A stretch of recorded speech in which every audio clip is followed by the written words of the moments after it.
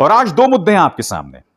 UP सरकार ने एक फरमान जारी किया है। हाल के उत्तर प्रदेश पंचायत चुनावों में उनका कहना है सिर्फ 3 शिक्षकों की मौत हुई, जबकि खुद अदालत कह रही है कि 135 शिक्षकों को मुआवजा दो। क्या आपने इतनी बेदिल, इतनी बेरहम सरकार देखी है? यह होगा पहला मुद्दा। दूसरा मुद्दा, अरविंद केजरीवाल को नीचा दिखाने के लिए विदेश मंत्रालय ने कूटनीति के मायने बदल दिए हैं, क्योंकि अरविंद केजरीवाल ने यह दावा किया कि सिंगापुर से आने वाला एक वायरस भारत के बच्चों पर असर डाल सकता है, जो मेरे हिसाब से गलत बयान था।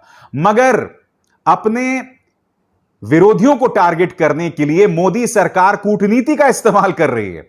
इसकी हम चर्चा करेंगे, मगर सबसे पहले मैं शुरुआत करना चाहूंगा उत्तर प्रदेश में जो हो रहा है। दोस्तों, उत्तर प्रदेश में हाल में पंचायत चुनाव हुए थे और आप जानते हैं उनमें कई शिक्षकों ने भाग लिए थे। मैं आपको एक खबर दिखाना चाहता हूं। आपकी स्क्रीन पर एक खबर है। यह शिक्षक बीमार था, वो गिड़गिड़ाता रहा कि मुझे मत भेजिए, मत भेजिए। उसको धमकाया गया, कहा कि अगर तुम नहीं गए तो हम तुम्हें नौकरी से निकाल देंगे। यह शिक्षक गया और उसके बाद उसकी मौत हो गई। ऐसी ढेरों मिसालें थी दोस्तों। मगर अब उत्तर प्रदेश सरकार यह कह रही है कि सिर्फ 3 शिक्षक मारे गए हैं। दोस्तों, मुझे उत्तर प्रदेश शिक्षक संघ ने यह पूरी लिस्ट भेजी है। इस लिस्ट के मुताबिक कम से कम 1000 शिक्षक मारे गए हैं। कहां 1000 और कहां 3? क्योंकि सरकार क्या कह रही है मैं आपको बताता हूं। सरकार यह कह रही है कि कोरोना की वजह से, पंचायत चुनावों की वजह से उसी की मृत्यु को मान्य होगा जो घर से निकला हो और घर वापस, यानी कि इस दौरान उसे अगर कोरोना हुआ है तो उसकी मृत्यु है, और उस हिसाब से सिर्फ 3 आंकड़े।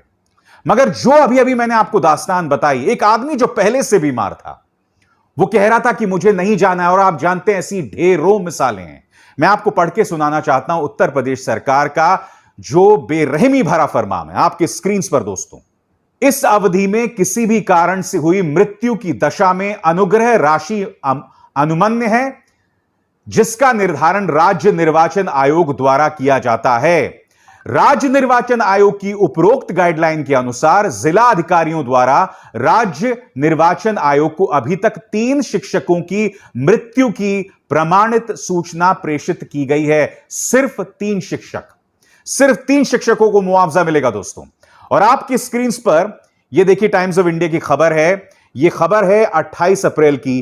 Death of 135 teachers on UP poll duty, high court sends notice to election commission. खुद अदालत कह रहा है कि 135 शिक्षकों की जो मौत हुई है उस पर उन्होंने चुनाव आयोग को नोटिस भेजा है।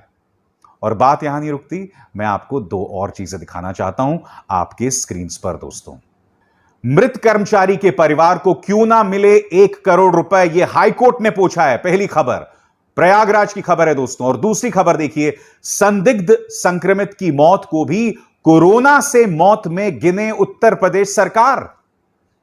ये लोग अपनी अदालतों की बात नहीं मान रहे हैं दोस्तों। अदालतों की बात नहीं मान रहे हो तुम।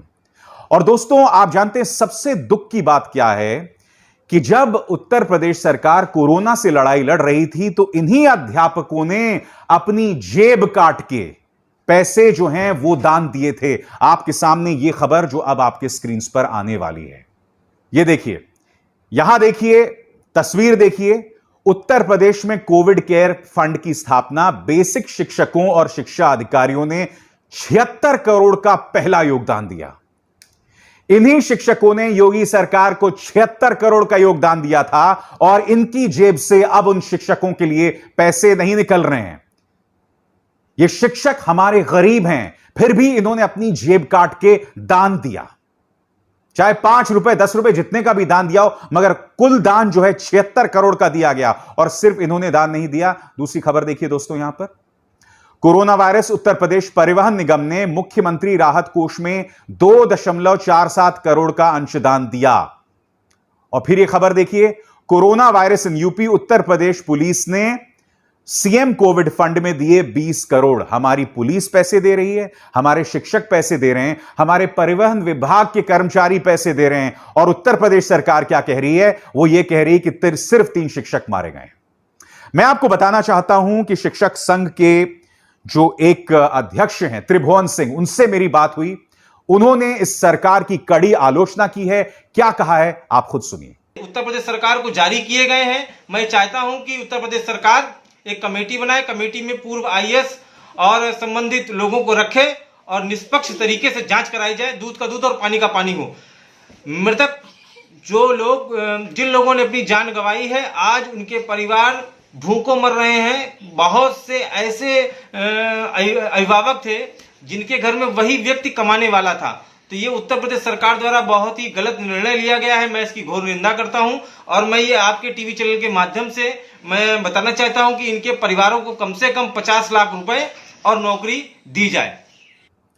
मैं आपको यह भी बताना चाहता हूं दोस्तों कि त्रिभुवन सिंह के जरिए ही मेरी बात ऐसे परिवारों से हुई जिनके परिवार में वो एकमात्र व्यक्ति था जो शिक्षक होके पैसे कमा रहा था। आज उनका भविष्य अधर में है।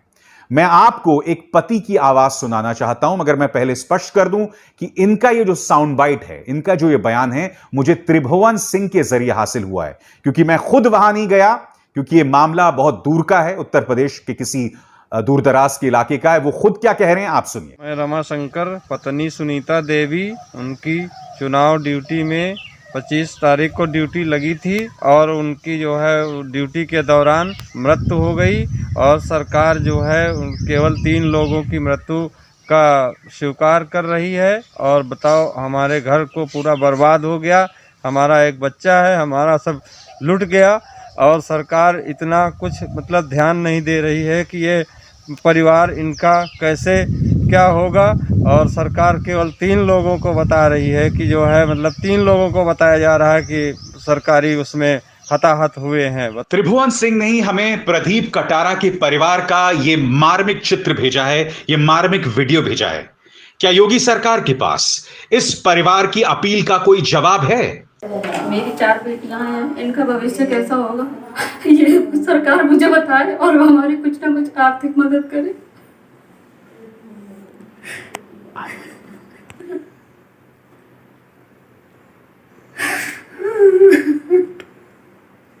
माननीय मुख्यमंत्री जी से निवेदन है कि हमारी कुछ मदद करें। हम राम भजन के छोटे भाई अरुण कुमार बोल रहे हैं, जिनका पंचायत चुनाव में ड्यूटी लगा था। ड्यूटी के दौरान कोरोना पॉजिटिव हुए थे। उसके दौरान प्राइवेट हॉस्पिटल में दवा कराते हुए वो एक्सपायर कर गए। जो प्रदेश सरकार से आर्थिक सहायता और एक नौकरी की मांग की गई थी, जो कि प्रदेश सरकार केवल 3 ही लोगों को दे रही है, सरासर गलत है। और बाकी परिवार के लोग सभी लोग रोड पे आ जाएंगे अगर आर्थिक सहायता और एक नौकरी नहीं मिली तो। प्रदेश सरकार से अनुरोध है कि इसको देने की कृपा करें। अब मैं आपको दिखाना चाहता हूं जो पूरी इन्होंने सूची तैयार की है दोस्तों आपके स्क्रीन पर। राष्ट्रीय शैक्षिक महासंघ उत्तर प्रदेश क्या कह रहे हैं आपकी स्क्रीन पर। विषय: उत्तर प्रदेश में संपन्न हुए त्रिस्तरीय पंचायत चुनाव में मतदान, मतगणना प्रशिक्षण ड्यूटी के दौरान कोविड-19 से संक्रमित होकर दिवंगत हुए शिक्षकों और इन तमाम लोगों को के प्रकाशन के संदर्भ में। और आप देख सकते हैं पूरी एक लिस्ट है। मसलन प्रयागराज में पूरी एक लंबी चौड़ी लिस्ट है। रता रायकवाड़, मुरारी लाल, अभिषेक श्रीवास्तव, प्रेम शंकर मिश्र। उसके बाद आगे जाइए, कौशांबी में राम बाबू मिश्र, अजीत कुमार श्रीवास्तव, किरण पटेल। आगे देखिए, फतेहपुर में पल्लवी सचान, राम कुमार वर्मा, रमाकांति, शिवकरण। पूरी एक लिस्ट दी है। ये तमाम लोग दिवंगत हैं, इस वक्त जिंदा नहीं हैं और ये लोग इस बात की मांग कर रहे हैं कि इन्हें मुआवजा दिया जाए। मगर योगी सरकार इस कदर की बेदुली आखिर क्यों दिखा रही है? मेरा आपसे सवाल।